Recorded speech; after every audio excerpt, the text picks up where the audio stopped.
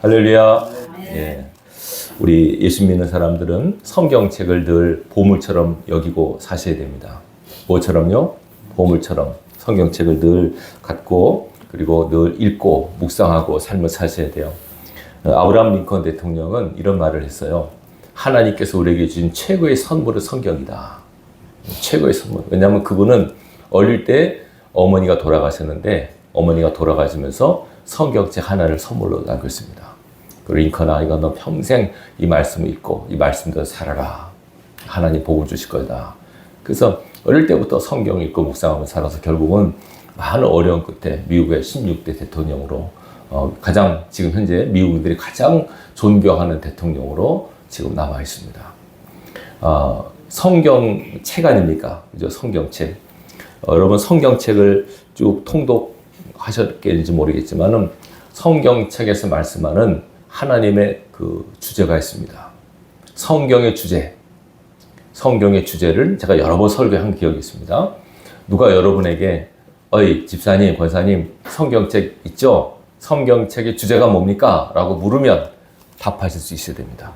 성경? 모르겠는데 이러면 곤란합니다. 성경책을 읽으시면 하나님께서 이 66권을 통해서 말씀하고자 하시는 바가 있어요. 이걸 여러분들이 아는 지혜가 있으셔야 돼요. 자, 문제 냅니다. 성경의 주제 뭘까요? 하나님의 나라. 대단하십니다. 똑똑하십니다. 성경의 주제는 하나님의 나라입니다. 하나님의 나라. Kingdom of God.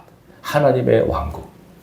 구약은 하나님께서 이스라엘이라는 나라를 통해서 하나님 나라가 어떻게 이루어지고 어떻게 하나님이 이끌어 가시는가 하는 것을 이스라엘이라는 나라를 샘플로 세워서 보여주신 겁니다. 신약에 와서 예수님께서 제일 먼저 하신 일성, 세례요한과 예수님의 첫 번째 목소리가 뭡니까? 회개하라. 천국, 하나님의 나라가 가까웠다. 아시겠죠? 그래서 신약도 예수 그리스도를 중심으로 이 땅에 교회를 세워서 하나님의 나라가 어떻게 이루어져 가고 어떻게 확산되어져 가고 어떻게 끝을 맺는가 하는 것을 보여주고 있습니다. 아시겠죠? 나라입니다. 나라. 하나님의 나라. 하나님의 국가입니다. 여러분 국가의 3요소 있죠. 나라가 이루어지기 위해서 3가지가 있어야 됩니다. 첫째는 주권, 그 다음에 영토, 그 다음에 국민. 이 3가지. 국가의 3요소입니다. 국민, 영토, 주권. 하나님 나라가 세워지기 위해서는 이것도 충족이 돼야 됩니다. 하나님이 지배하는 영역, 이 땅입니다. 이 땅. 원래는 하나님의 땅이었는데 우리가 알다시피 마귀에게 넘겨졌습니다. 그래서 마귀에게 넘겨진 이 영역을 하나님 되찾기 위해서 이 땅에 아들을 보내신 겁니다. 아멘. 아시겠죠? 마귀가 이걸 알고 죽이려고 길을 쓰지 않습니까? 자기 영토를 안 뺏기려고. 자, 이 주권, 그 다음에 영토, 그 다음에 중요한 국민이 중요해요. 땅도 있고 주권도 있는데 그 속에 있어야 될 국민이 없으면 아무 의미가 없어요. 사람이 중요해요, 사람이. 그러니까 하나님께서는 하나님 나라를 이루기 위해서 사람을 뽑으셨습니다. 구약에서는 이스라엘의 나라를 택해서 그 나라를 뽑아서 하나님의 나라가 어떻게 이루어지는가를 친히 보여주셨어요. 친히. 신정국가도 하셨고 왕정도 하셨어요. 결국은 하나님께서 어떻게 통치하시는가 하는 것을 보여주신 것이 구약의 핵심 내용이에요. 하나님과 이스라엘의 관계, 거기 등장한 많은 위대한 하나님의 종들, 많은 사건들, 그것이 보여주는 것은 하나님께서 어떻게 당신의 나라를 세워가고 이끌어 가시는 걸 보여주셨어요. 그리고 이제 신약에 와서 예수 그리스도를 통해서 새롭게 영적 하나님 나라를 하나님께서 꿈꾸시고 우리에게 계시하셨어요. 근데 뭐가 문제라고요? 영토 주권 있는데 뭐가 문제예요? 사람이 문제. 국민이 있어야 돼요, 국민. 그러니까 이스라엘 백성을 하나님께서 하나님의 백성으로, 하나님의 국민으로 택하시고 그들을 훈련하셨어요. 계명과 율법을 주셔서 내 나라 백성이라면 이렇게 살아야 된다. 내 백성은 이래야 된다. 라고 하는 것을 계시하셨어요. 그 뼈대가 십계명이고 율법이에요. 이 율법을 지켜야만 내 백성이다. 내 백성이라고 하지만 율법 지키면 내 백성이 아니다. 안 지키면 내 백성이 아니다. 신약에 와서도 똑같이 계명을 주셨어요. 하나님 나라 백성이라면 하나님의 계명을 지켜야 돼요. 그 계명은 십자가로 세워진 새로운 계명이에요. 십자가로 세워진. 이 원리를 여러분들이 아셔야 돼요. 자, 그럼 여러분 묻겠습니다. 여러분이 지금 하나님 나라 백성 맞습니까? 긴가민가 하십니까? 죽어봐야 알겠습니까? 그렇게 하면 안 됩니다. 적어도 우리 교회 교인들은 내가 하나님 나라 백성이다. 이런 영적 자부심과 확신을 갖고 사셔야 돼요. 이거 없으면 안 됩니다. 하나님의 나라, 예수 그리스도를 왕으로 그분의 통치를 받는 그분의 백성들이 바로 나다. 이런 영적 확신을 갖고 삶을 사셔야 돼요. 아멘. 자, 근데 보세요. 하나님께서 이스라엘 백성을 구약의 이스라엘 백성, 하나님 백성을 삼으시고 먼저 찜하셨어요. 그리고 나서 이제 자, 너희는 내 백성이야. 그 대신에 내 백성이 되려면 조건들이 있어. 다른 게 아닙니다. 하나님의 법, 하나님의 또 규칙, 율례 이거를 지켜야만 돼요. 이렇게 여러 가지 여러분 십계명이 기본입니다. 그리고 그 율법이 많은 조항들이 있잖아요. 이걸 하나하나 지켜야만 하나님 백성이라고 말씀하셨어요. 백성이지만 이스라엘 백성이지만 법을 안 지키면 하나님 백성이 아니에요. 가장 중요한 거 있어요. 제가 새벽에 출애굽기를 하잖아요. 그죠? 출애굽기 강연을 하는데 출애굽기를 보세요. 하나님께서 그 백성과 영적 관계를 잇는 끈을 제사를 통해서 제정하셨어요. 이 백성은 제사로 나와 언약한 자니라. 고로 하나님 백성은 반드시 제사를 드려야 돼요. 이것이 신약에 와서 뭡니까? 예배를 통해서 내가 하나님 백성임을 확증하셔야 돼요. 지금 우리가 예배 드리는 것은 내가 하나님의 백성이다라고 하는 확증하는 가장 중요한 외적인 증거예요. 하나님 백성인데 예배를 안 드린다. 하나님 백성이 백성이라고 할 수가 없어요. 백성은 반드시 예배를 드려요. 예배를 통해서 찬송과 기도와 예물을 올려드리고 말씀을 통해서 하나님 음성을 들어요. 그 나 자신 지금 어디에 와 있는가, 어떻게 살고 있는가를 다시 한번 점검하는 시간이 예배 시간이에요. 단지 은혜만 받는 게 아니에요. 은혜 받기 위해서는 먼저 여러분의 드림이 필요해요. 여러분 아시죠? 하나님께서는 행한 대로 갚으세요. 드린 대로 하나님께서 받으신 대로 주세요. 그러니까 우리가 먼저 받기 위해서는 먼저 드리는 성공을 하셔야 됩니다. 예배를 잘 드리시길 바랍니다. 너무 끄십시오. 예배를 잘 드리셔서 성공적 예배자가 될 수 있길 바랍니다. 자, 여기에서 구약에 보세요. 하나님께서 제사 제도를 정하시고 제사를 제사장에게 맡기셨어요. 그죠? 근데 그 제사장이 어떻게 제사하는가 여러분 보세요. 제일 제가 여러 번 설교를 드렸지만은 제사할 때 반드시 제물을 갖고 오라고 하셨고 제물을 죽이라고 하셨어요. 그리고 죽인 증거로 피를 받아라. 피를 받아서 단 위에다 뿌리고 모든 성물에 다 바르라 그랬었어요. 심지어는 제사를 집전하는 제사장 제사 의복에도 여기에도 피를 뿌리라고 그랬어요. 제사장 위인십 때 여러분 아시죠? 아론에게 어떻게 하라 했습니까? 맨 처음에 귓뿌리에다가 피를 바르라. 엄지손가락에 피를 바르라. 엄지발가락에 피를 바르라. 옷에다 피를 뿌리라. 단에다 피를 바르고 피를 쏟아라. 사방에 피투성이를 만들어 놨었어요. 외관상 보기에는 끔찍합니다. 구약의 제사 드리는 모습을 우리가 봤더라면 그 피, 사방에 묻은 피와 피 비린내 때문에 제사하는데 가기도 힘들어요.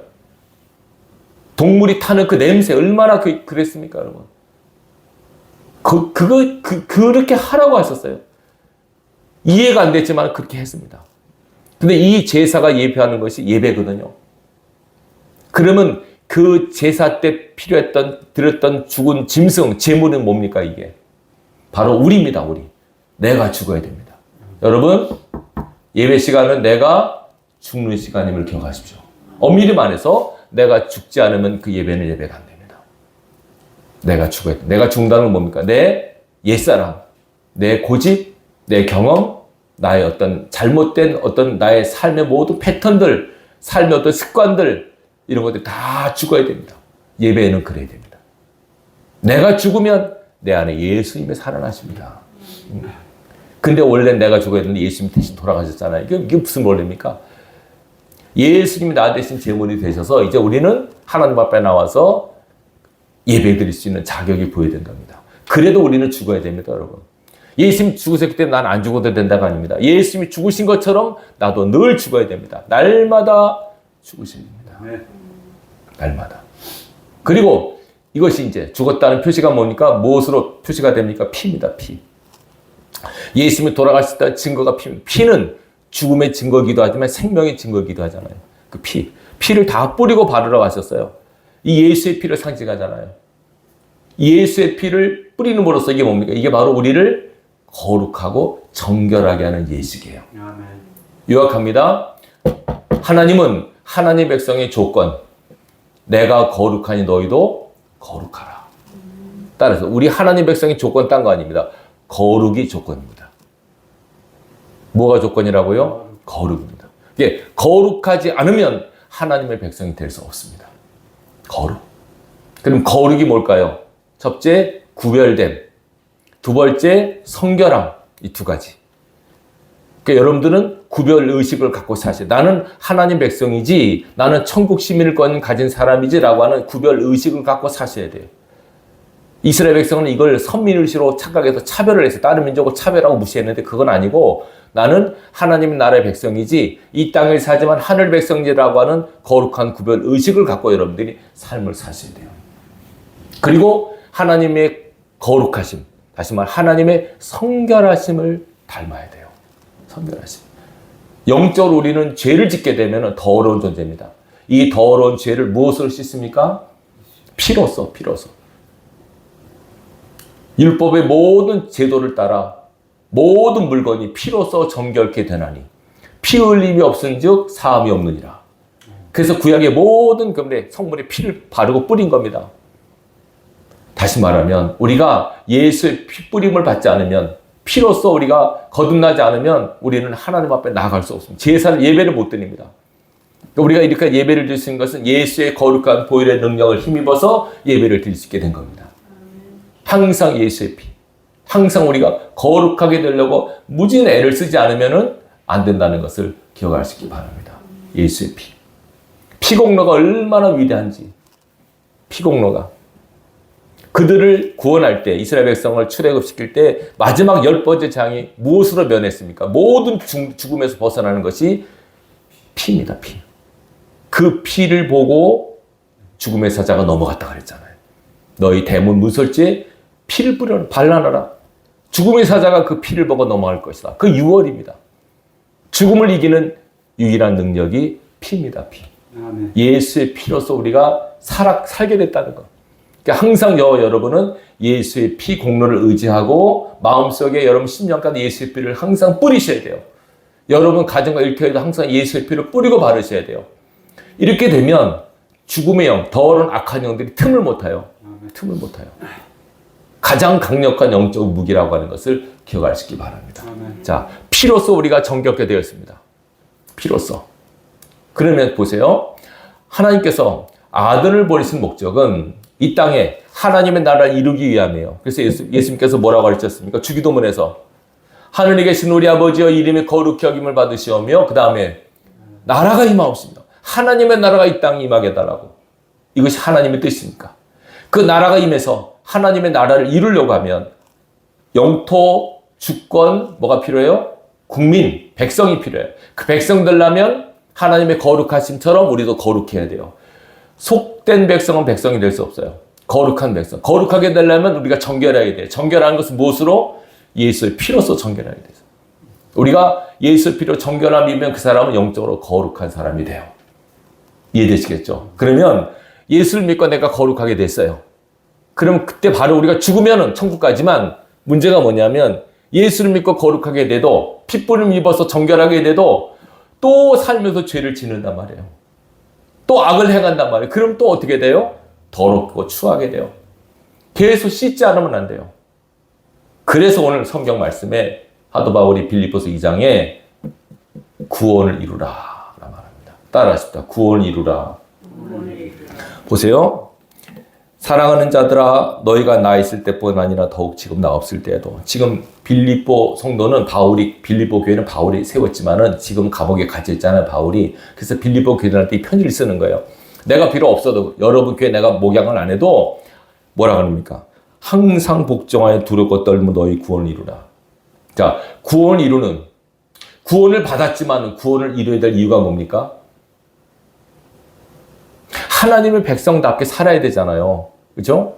하나님을 닮는 백성들이 돼야 돼요. 그때 그 정도까지 우리는 많은 거룩한 몸부림을 해야 된다는 겁니다. 여러분 스스로 여러분 자신에게 묻고 답해 보세요. 나는 하나님의 백성으로 살려고 얼마나 노력을 했는가? 하나님께서 나를 보실 때, 어이, 아무개, 집사, 권사, 너는 정말 내 백성으로 살려고 많은 애를 썼네. 예수 그리스도의 성품을 닮으려고 많은 노력을 했네. 이 몸부림, 이 노력이 하나님 앞에 올라가야 돼요. 이것이 바로 구원을 이루는 저와 여러분의 숙제입니다. 더 쉽게 설명드립니다. 예수 믿는 저와 여러분들이 평생 해야 될 숙제가 뭐라고요? 거룩을 이루는, 성화와 구원을 이루는 것이 우리의 숙제임을 기억하십시오. 숙제예요. 근데 이걸 어떻게 이룹니까? 성화를 이루는, 구원을 이루라 했죠. 첫 번째, 세 가지 말씀드릴게요. 첫 번째, 항상 복종하여 두렵고 떨림으로 이루어야 돼요. 따라하십시다. 항상 복종하여 두렵고 떨림으로 구원을 이루자. 항상 복종이 무슨 말입니까? 뭐에 복종한다는 걸까요?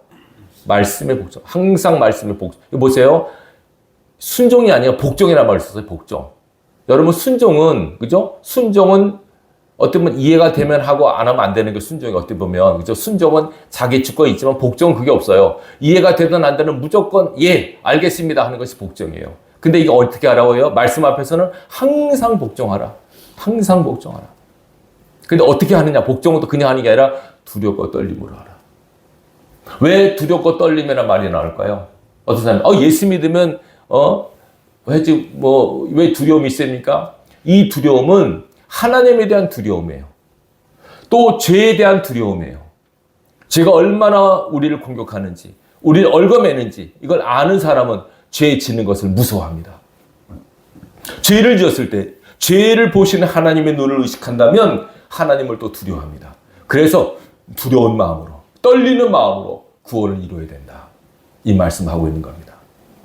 여러분, 내가 하나님 앞에 산다면 제일 먼저 하나님을 두려워하는 마음, 하나님을 경외하는 마음을 늘 가지셔야 돼요.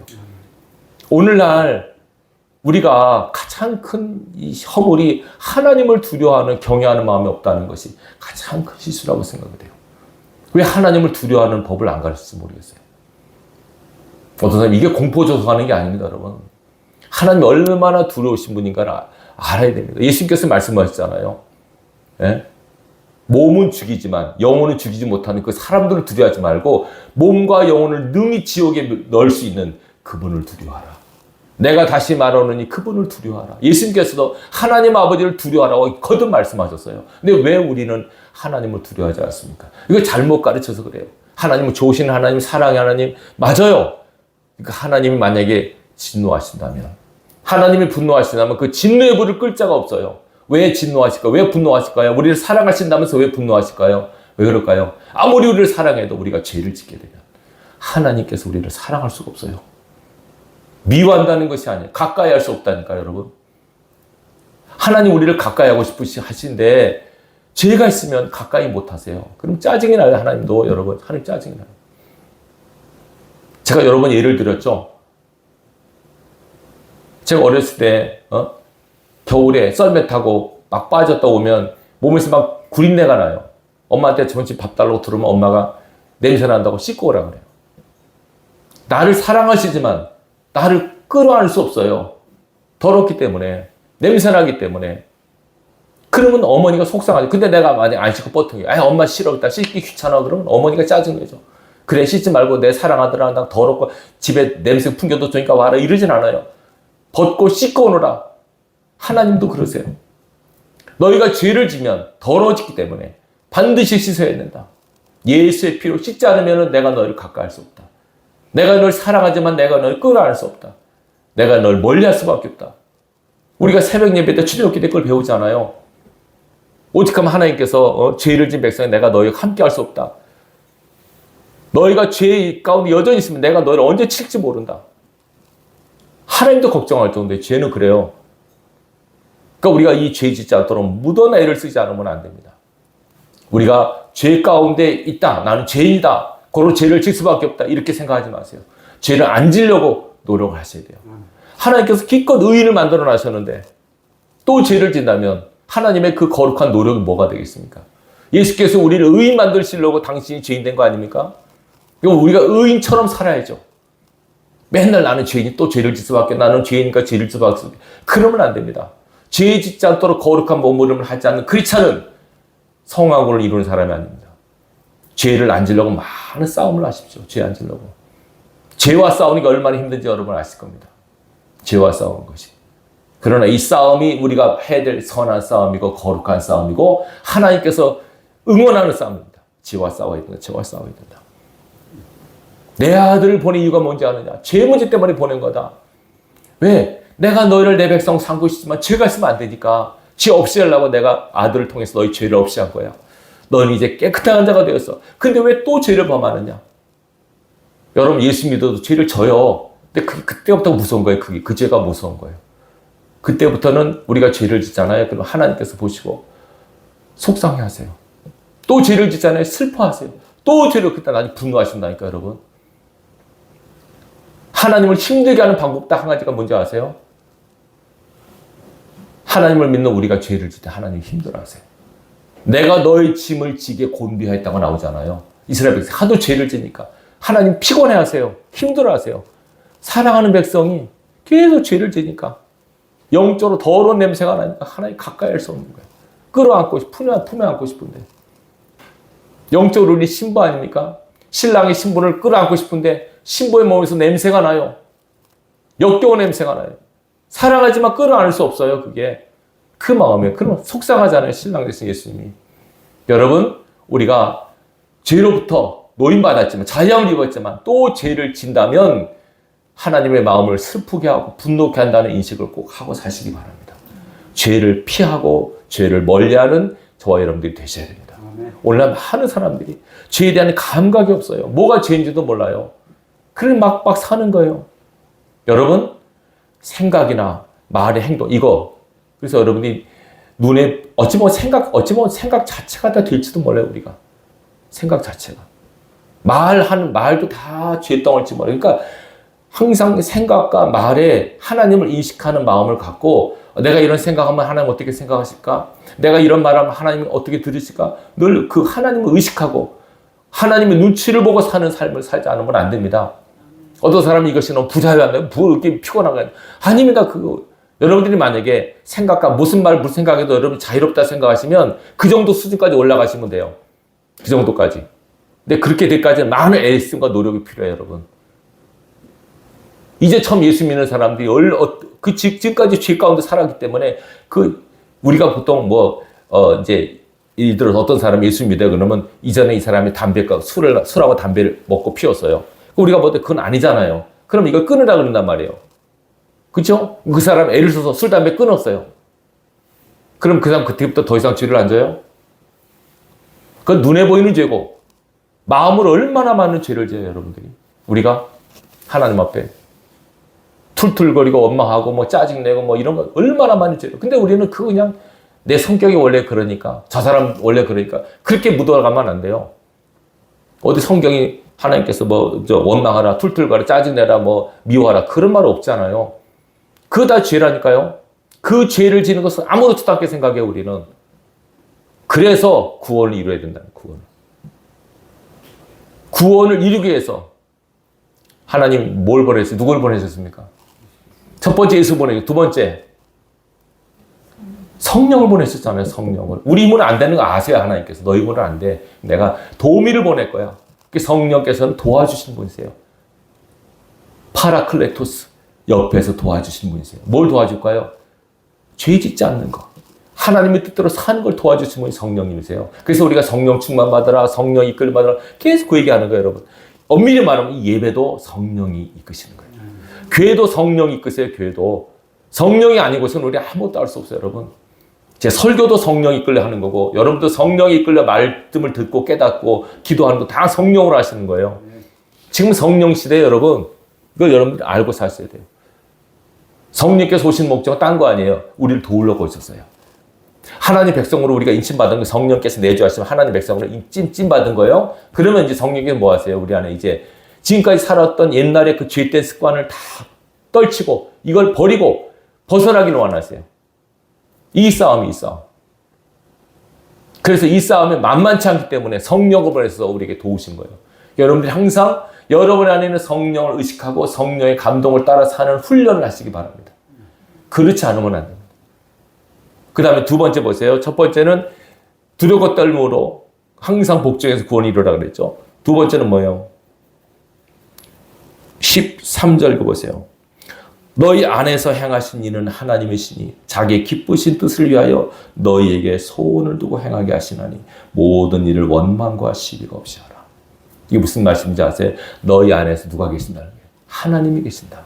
이거는 두 가지입니다. 우리 공동체 안이라도 되고 내 속에 하나님이 거하셔서 우리에게 소원을 품고 계신대요. 무슨 소원입니까? 하나님의 소원은 뭘까요? 우리가 거룩하게 되는 거죠. 예수님의 성품 닮아가는 거죠. 그래서 우리를 인도해 가신다는 거예요. 그렇기 때문에 뭐 하지 말라고요? 원망과 시비가 없이 하라. 원망과 시비는 뭐예요? 쉽게 말하면 내 마음에 안 드는 거예요.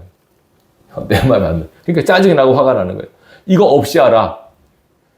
하나님께서 때로는 내 마음에 들지 않은 환경, 내 마음에 들지 않은 사람과 같이 일을 하게 만들 수 있어요. 그러면 피곤하죠. 짜증이 나죠. 화가 나죠. 그렇게 하지 말라는 거예요. 그럼 왜 하나님 왜 이런 환경에 나를 두셨습니까? 그때 여러분들이 생각하죠. 내가 지금 하나님 백성이지? 하나님 내 안에 계시지? 왜 이런 환경을 허락하셨지? 왜 그럴까요? 우리를 만들어가는 거니까. 자, 신명기 8장을 찾아보십시오. 신명기 8장, 구약성경. 신명기 8장 2절. 신명기 8장 2절 보세요. 같이 읽어요. 274페이지. 신명기 8장 2절. 2절과 3절을 같이 읽습니다. 같이 읽습니다. 신명기 8장 2절 3절 시작. 내 하나님 여호와께서 이 40년 동안에 내게 광야 길을 걷게 하신 것을 기억하라. 이는 너를 낮추시며 너를 시험하사 내 마음이 어떠한지 그 명령을 지키는지 지키지 않은지 알려 하심이라. 너를 낮추시며 너를 줄이게 하시며 또 너도 알지 못하며 내 조상들도 알지 못하던 만나를 내게 먹이신 것은 사람이 떡으로만 사는 것이 아니요 여호와 입에서 나오는 모든 말씀으로 사는 줄을 내가 알게 하려 하심이라. 잘 보세요. 하나님께서 뭐라고 얘기하시냐면 광야 40년의 이유를 아느냐? 너희가 왜 광야 40년 동안 그렇게 힘들게 살았는지 아느냐? 뭐라 그래요? 너를 낮추시며 너를 시험하기 위해서 그래서 이렇게 말하는 거예요. 너를 낮추려고 그래서 너를 시험하려고 그래서. 근데 이걸 이스라엘 백성이 자기를 낮추려고 시험하려고 하는 걸 모르고 그냥 마음에 안 들면 원망, 불평, 짜증 계속 이렇게 일관한 거예요. 하나님께서 이걸 말씀하잖아요. 여러분 혹시 너름 삶을 살다가 내 마음에 들지 않는 환경, 여건, 이런 사람들 만나서 짜증나고 열받으면 묵상하세요. 하나님께서 저 사람을 통해서 나를 만드시는 게 아닌가? 나를 시험하시는 게 아닌가? 여기 시험한다 나오니 이 시험은 뭐예요? 테스트예요, 테스트. 테스트하는 목적은 뭘까요? 실력을 키우기 위함이에요, 실력을. 지금 보세요. 낮췄단 말 계속 하고 여기도 나오잖아요. 여기 뒤에 나오잖아요. 어디입니까? 저기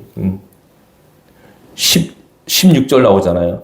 지성들도 알지 못하던 만나를 광야에서 내게 먹이시니 이는 다 너를 낮추시며 너를 시험하사 마침 내게 복을 주려 하시니라. 계속 낮춘단 말이 나와요. 낮춘단 말은 뭘까요? 그래서 그들의 마음이 어떤 상태란 말이에요? 교만하다는 거예요. 여러분 원망 짜증은 겸손한 사람은 잘 안 해요. 교만하면 원망 짜증이 나와요. 마음이 높으니까 자기 눈에 안 차니까 자기 성에 안 차니까 그런 거예요. 근데 하나님께서 그러면 안 되니까 낮추는 거예요. 왜 낮추는지 아세요? 여기 나오잖아요. 자, 신명기 8장 11절, 12절, 13절, 11절부터 보세요. 내가 오늘 같이 읽어요. 시작. 내가 오늘 네게 명하는 여호와의 명령과 법도와 규례를 지키지 아니하고 네 하나님 여호와를 잊어버리지 않도록 삼갈지어다. 네가 먹어서 배부르고 아름다운 집을 짓고 거주하게 되며 또 네 소와 양이 번성하며 네 은금이 증식되며 네 소유가 다 풍부하게 될 때 14절 내 마음이 교만하여 네 하나님 여호와를 잊어버릴까 염려하노라. 보세요. 나중에 너희가 가나안에 들어가면 잘 살게 될 거야. 배부르게 될 거야. 그러면 마음이 어떻게 된다고요? 분명 교만해진다. 보세요. 왜 이 말을 하냐면 여기 나오나요? 17절 보세요.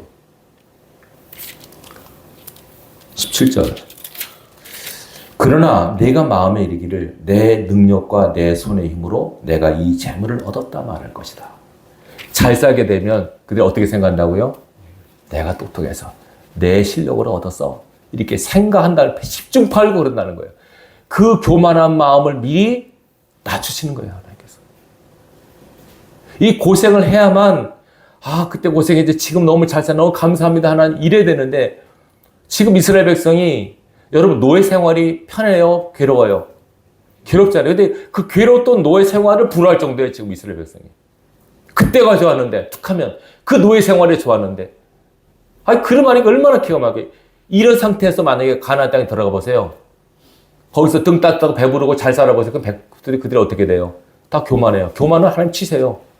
교만은 하나님께서 물리치세요. 교만한 사람은. 하나님 속성은 교만을 못 보세요. 교만하지 않도록 미리 낮추시는 거예요. 그래서 광야. 그러니까 여러분들이 하나님께서 내 안에서 왜 이런 환경, 왜 이런 사람 만나게 하지? 뭐 하려고요? 우리를 낮추려고.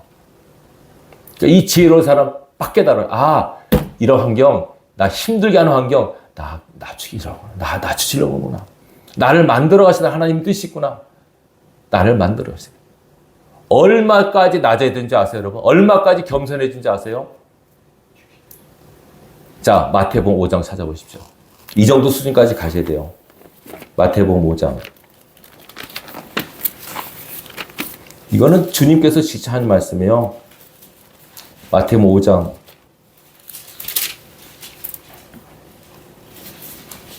39절부터 41절까지 같이 읽어봐요. 자, 이거 7페이지입니다. 마태복음 5장 39절부터 읽어봐요. 시작. 나는 너에게 이르노니 악한 자를 대적하지 말라. 누구든지 내 오른편 뺨을 치거든 왼편도 돌려대며 또 너를 고발하여 속옷을 가지고자 하는 자에게 겉옷까지도 가지게 하며 또 누구든지 너를 억지로 우리를 가게 하거든 그 사람과 심리를 동행하고 네게 구하는 자에게 주며 네게 꾸고는 자에게 거절하지 말라. 이게 무슨 말이에요? 이게 하나님 백성의 자격이에요. 이 정도 수준까지 이르러야 돼. 저와 여러분은. 이거 이거 목사님 누가 이럽니까? 누가? 목사님도 갈 수 있습니까? 저도 못합니다. 자신 없어요. 근데 여러분, 누가 한 말이에요, 이거? 예수님께서 이렇게 하라 그랬잖아요. 이게 뭐예요? 하나님 나라의 백성의 자격이에요. 모습이에요. 이 정도까지 되리려면, 이거 보통 겸손하지 않으면 안 됩니다. 여러분, 누가 여러분에게 뺨을 딱 때렸어요. 그럼 어떡합니까? 주먹으로 때리지, 우리는.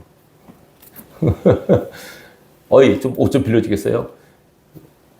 속옷까지 빌려 자신 있어요? 오리 가자 그러면 심리까지 자신 있어요? 이럴 자신이 없다면 더 회개하셔야 돼요. 이 수준까지 이르기를 원하세요. 하나님께서. 보세요. 이 마태복음 5장 6장 7장은 하나님의 백성의 모습이에요. 예수님께서 천국 백성 이래야 된다는 거예요. 이러지 않으면 안 된다는 거예요. 근데 여러분 잘 들으세요. 기도 많이 하고 헌금 많이 하고 이건 중요한 게 아니라니까요. 이걸 보세요.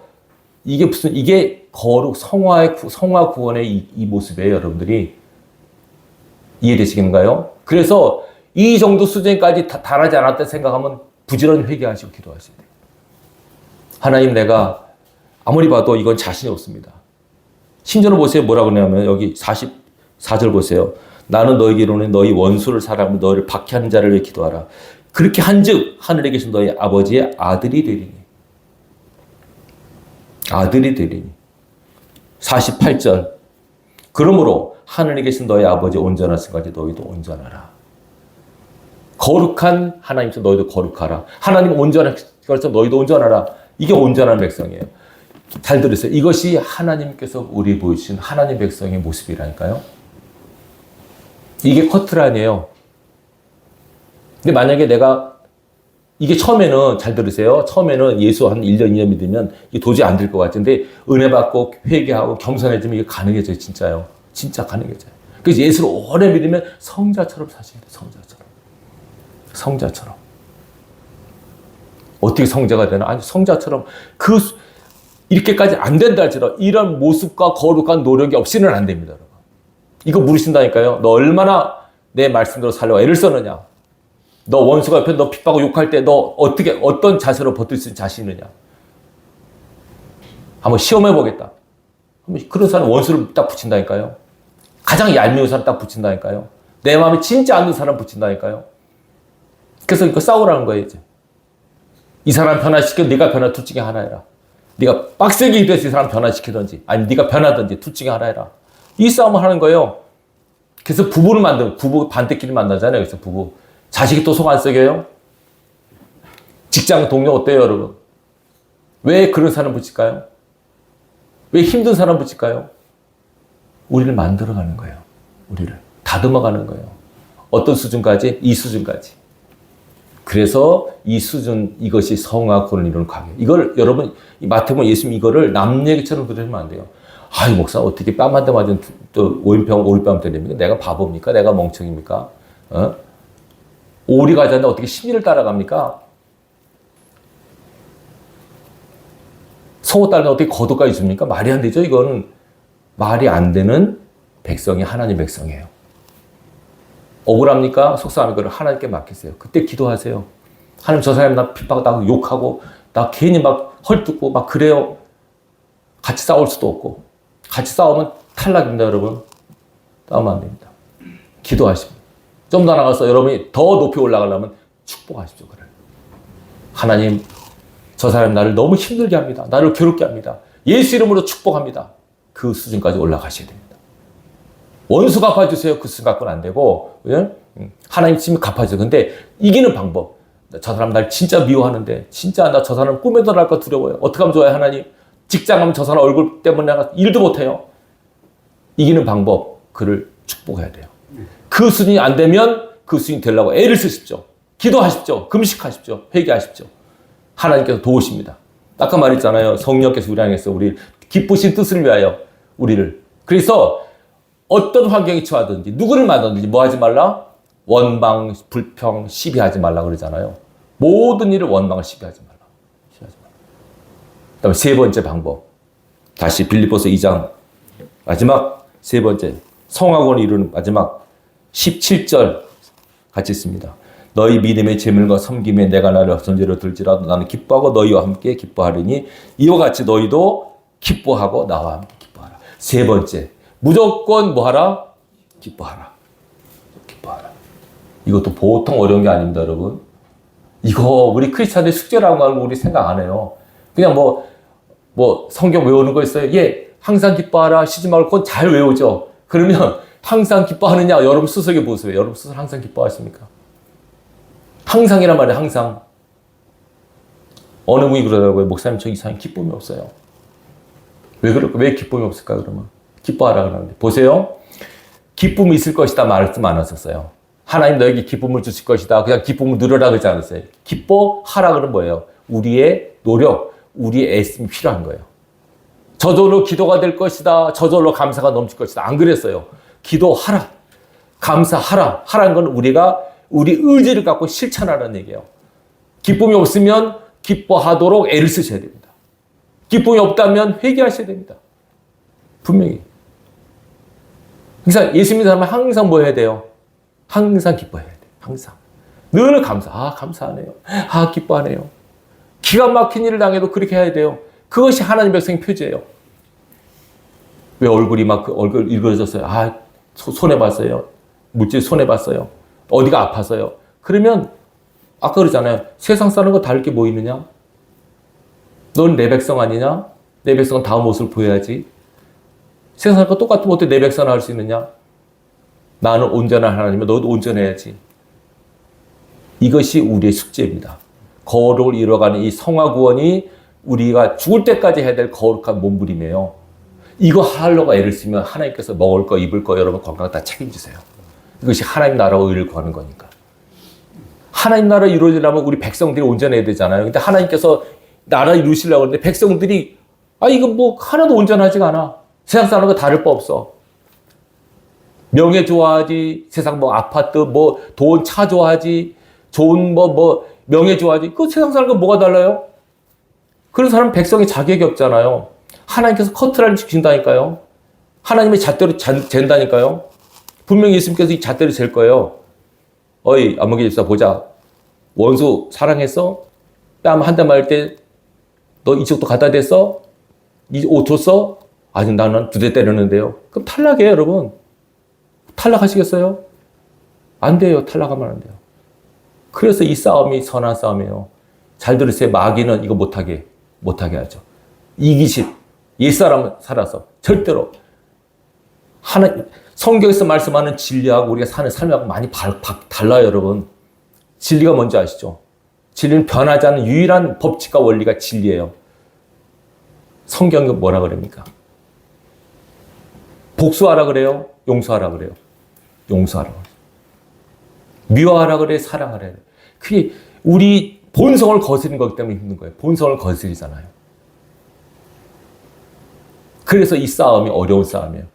근데 이걸 하라 그래요. 어떡합니까? 그래서 여러분, 이걸 진짜 알면 예수 믿는 게 보통 어려운 일이 아닙니다. 아무 생각 없이 교회 왔다 갔다 하면 예배 다 드는 거 아닙니다. 신앙 다 한 게 아닙니다.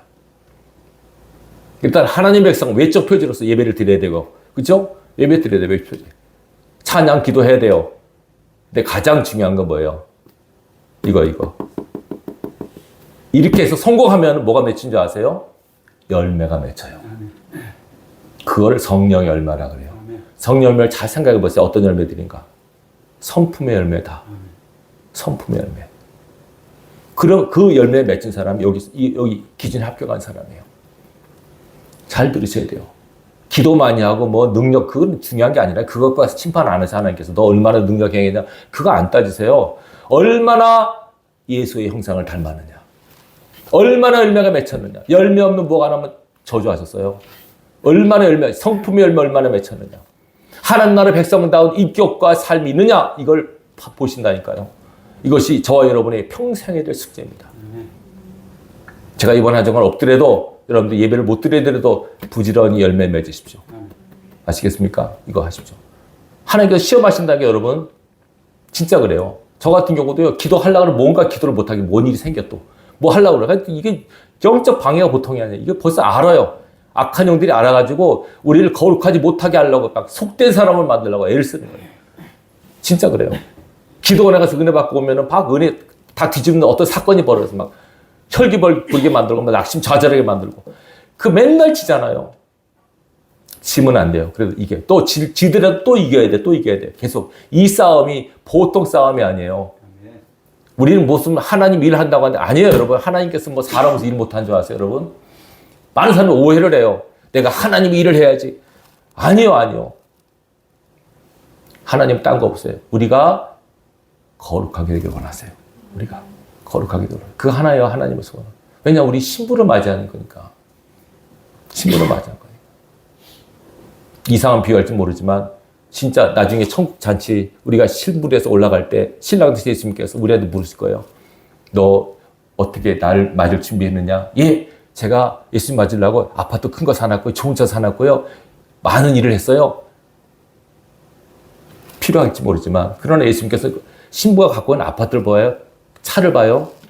그의 스펙을 봐요? 뭘 볼까요? 신부를 보죠. 신부를 보죠. 신부의 드레스를 봐요. 세마봇을 잘 간직했느냐? 하얀 신부의 드레스. 근데 시커멓고 우중충해요. 그럼 뭐 할까요? 그러면 탈락? 어떡할까요? 탈락 되면 어떡할까요? 탈락 때문에 없길 바랍니다. 이거 진짜 농담이 아닙니다, 여러분.